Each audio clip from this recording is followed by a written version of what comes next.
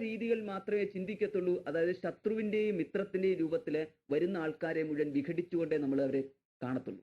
ഒന്നുകിൽ എനിക്ക് ഗുണം ചെയ്യുന്നവർ, അല്ലെങ്കിൽ എനിക്ക് ദ്രോഹം ചെയ്യുന്നു. വരുന്ന ആൾക്കാരുടെ ഗുണദോഷ നിരൂപണം നടത്തിയ ശേഷം ഗുണമോ ദോഷമോ ഗുണമോ ദോഷമോ എന്ന് അവസാനം നമ്മൾ എത്തുന്നത്, ഓരോ ദിവസം കഴിയും തോറും, പ്രായം കൂടുന്തോറും നമ്മൾ മനസ്സിലാക്കി വരുന്നത് ഗുണം ചെയ്യുന്നവർ കുറയുകയും ദോഷം ചെയ്യുന്നവർ കൂടുകയും ചെയ്യുകയാണെന്നുള്ള നമ്മൾ ഇങ്ങനെ മുന്നോട്ട് പോയിക്കൊണ്ടേയിരിക്കും. അപ്പോൾ ഇങ്ങനെ വരുമ്പോൾ ഈ മാതിരിയുള്ള വിഘ്നങ്ങൾ മുഴുവൻ നമ്മുടെ ആധ്യാത്മികമായിട്ടുള്ള ഈ ജ്ഞാന പുരോഗതിക്ക്, ഈ ആത്മജ്ഞാനത്തിന്റെ പുരോഗതിക്ക് നമുക്ക് തടസ്സമായി തീരുമല്ലോ എന്ന് ഭയപ്പെട്ടിട്ട് മറ്റൊരു വിധത്തിലുള്ള വികാര സമ്മർദ്ദത്തിന് നമ്മൾ വീണ്ടും വശഗതനാകുമ്പോൾ അവിടെ പിന്നെ എന്താണ് നമുക്കൊരു മാർഗം? അവിടെയാണ് നമ്മുടെ നിസ്സഹായത നമ്മൾ ബോധിച്ചുകൊണ്ട് നമുക്ക് അതീതമായിട്ട് ഇവയെല്ലാം നമ്മുടെ മുന്നിൽ കാണുന്ന എല്ലാവിധത്തിലുള്ള വ്യക്തികളും വസ്തുക്കളുമായിട്ട് പരന്നു നിൽക്കുന്ന ഈ പ്രപഞ്ചം മുഴുവൻ നമ്മളെ സൃഷ്ടിച്ചതല്ല, സൃഷ്ടാവുണ്ട് എന്ന് മനസ്സിലാക്കിയിട്ട് ആ സൃഷ്ടാവിന്റെ നിയമങ്ങൾക്ക് വിധേയമായിട്ട് പ്രപഞ്ചം മുഴുവൻ താളാത്മകമായിട്ട് ചലിക്കുന്നു എന്ന് മനസ്സിലാക്കിയിട്ട് അതിനൊരു നിയമം ഉള്ളതിനാൽ നിയാമകന്റെ നിയാമക ശക്തി സർവത്ര വ്യാപരിക്കുന്നു എന്ന് മനസ്സിലാക്കിയിട്ട് ആ നിയാമക ശക്തികളെ നമ്മൾ എടുത്ത് വിളിച്ച് ആരാധിച്ചിട്ട് പ്രാർത്ഥിച്ചിട്ട് അവരുടെ അടുത്ത് നിന്ന് നമ്മുടെ രക്ഷയ്ക്ക് വേണ്ടിയിട്ടുള്ള സഹായം അഭ്യർത്ഥിക്കുന്നു.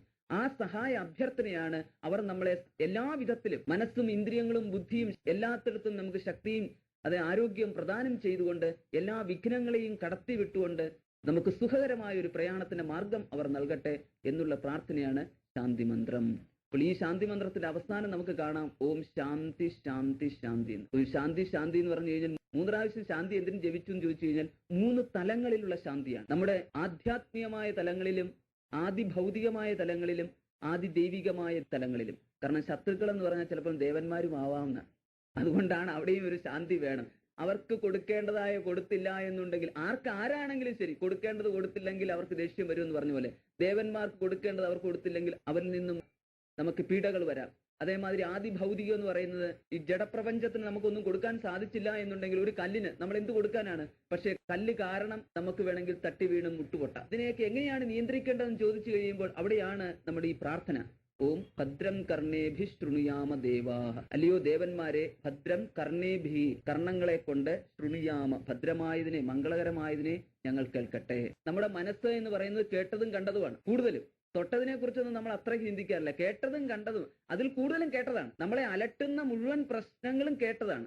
നമ്മൾ കണ്ടതിനെ വീണ്ടും കാണാൻ ശ്രമിക്കും, പക്ഷെ അതൊക്കെ പിന്നെ നമ്മൾ അത്ര വ്യക്തമായിട്ടല്ലാണ്ട്, സ്വപ്നത്തിൽ വളരെ വ്യക്തമാവും, പക്ഷെ ഉണർന്നിരിക്കുമ്പോൾ കണ്ടതിനെ കുറിച്ച് തന്നെ വീണ്ടും ചിന്തിച്ചു കഴിഞ്ഞാൽ അധികം ഒന്നും നിൽക്കത്തില്ല.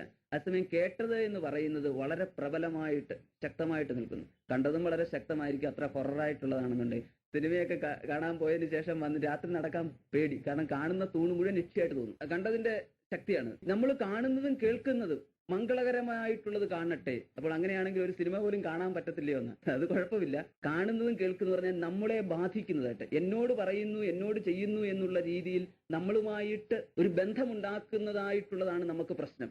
കാണുന്നത് നമ്മൾ പലതും കാണുന്നു, മംഗളകരമായിട്ട് കാണും. ഒരു നായി മംഗളകരമാണോ എന്ന് ചോദിച്ചു കഴിഞ്ഞാൽ ആണെന്നോ അല്ലെന്നോ അല്ല ഇവിടുത്തെ ചിന്താവിഷയം. നമ്മുടെ മുമ്പിൽ കാണുന്ന വസ്തുക്കളെല്ലാം